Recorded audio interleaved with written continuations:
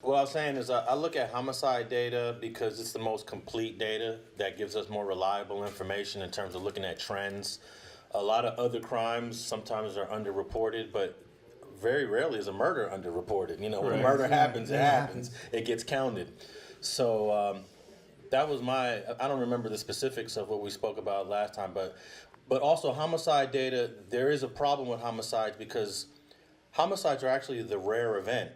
So when you have an incident that doesn't happen that often compared to other crimes, it's hard to really measure trends off of an incident that's very rare. And I know probably people think, oh, murder is rare. Yeah, homicides are rare because when you look at our city, Los Angeles, it's about 4 million people, and we only have, and I don't want to say only, but we have a few hundred homicides a year compared to other crimes where we have thousands of property crimes every year. Right. You know, and we have tens of thousands of vandalism crimes.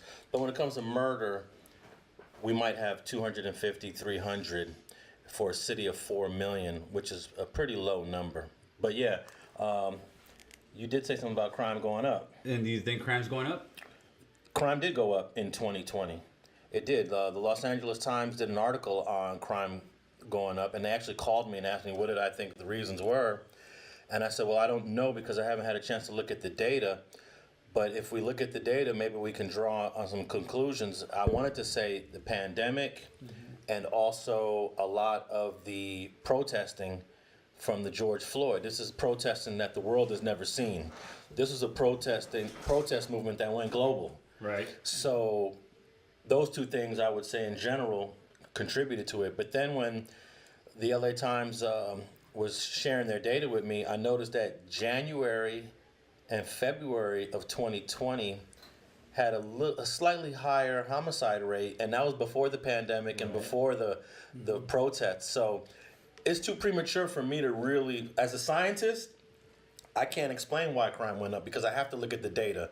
But just as a non-scientist, we can speculate. Because even whatever your reasons are, Right. Gil, Yeah, they are. you're speculating. but- you know, but- we're but not doing the science that's But required. I think when it comes to you don't need science. I think I don't need science. I don't think I need to speculate.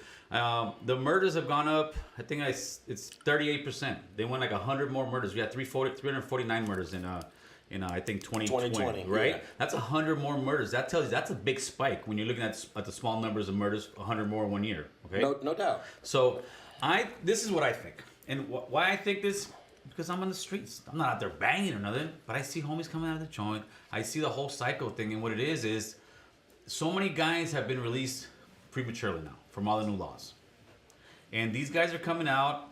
The ones who did a long time are getting their life straight, like the lifers and all the guys who did maybe 15, 20 years. Some of these guys that only did a few years now are coming out with the mindset that they're not really prosecuting you for so much stuff. I got homies now that are getting caught with guns, whereas before you get caught with the gun, you can go to the joint for a year or two.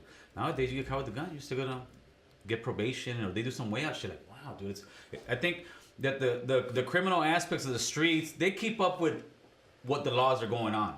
But the reason they keep up with the laws is more to say, how can I use the laws to keep me out on the streets? And I think that has made gangs a little more rampant than before. I think the BLM movement, what it did was it emboldened a lot of criminals, whereas they're getting aggressive with the cops more, right? And so what cops doing now? Cops are doing this. I want to say this in that LA Times article you're speaking about. There's a 25% reduction in pullovers as far as police officers go. Because they're not trying to pull people over. They're not trying to pull you over for that broken tail light no more. They're not trying to mess with you. So what happens is guys are getting away with the dope, with the guns, running the streets. So if I was to be a gang member 5 years ago, I would say it's easier to get away with crime now than it was 5 years ago, as far as the punishment. Whew.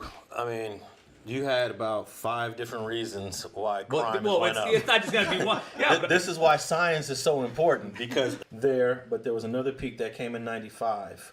So I'm not sure why 95 and 1980 peaked. Well, 95, I believe it was just the numbers of gang members. I remember we had that conversation. You thought there was more now, but no, the number of gang members out there was insane. I think it's the same number of gang members. No way. According to the No. cops, the numbers are the same. That's the problem with you sometimes. Alonso, you're too much of a scientist. I know, but the numbers you're saying back then were coming. The only source of the number of gang members are the cops. Okay, we don't have a database that counts cops counts gang members countywide. My database was driving in my ride, gonna go busting some fools. See, and I see 30 fools sitting on the block chilling, or I see my homies. I see 20 or 30 of them sitting on the block. I don't got 20 or 30 homies sitting on the block anymore. It's not like neither that. Neither do I. Yeah, I really do. But if I step back and I look at it in a criminal aspect, you know who I think?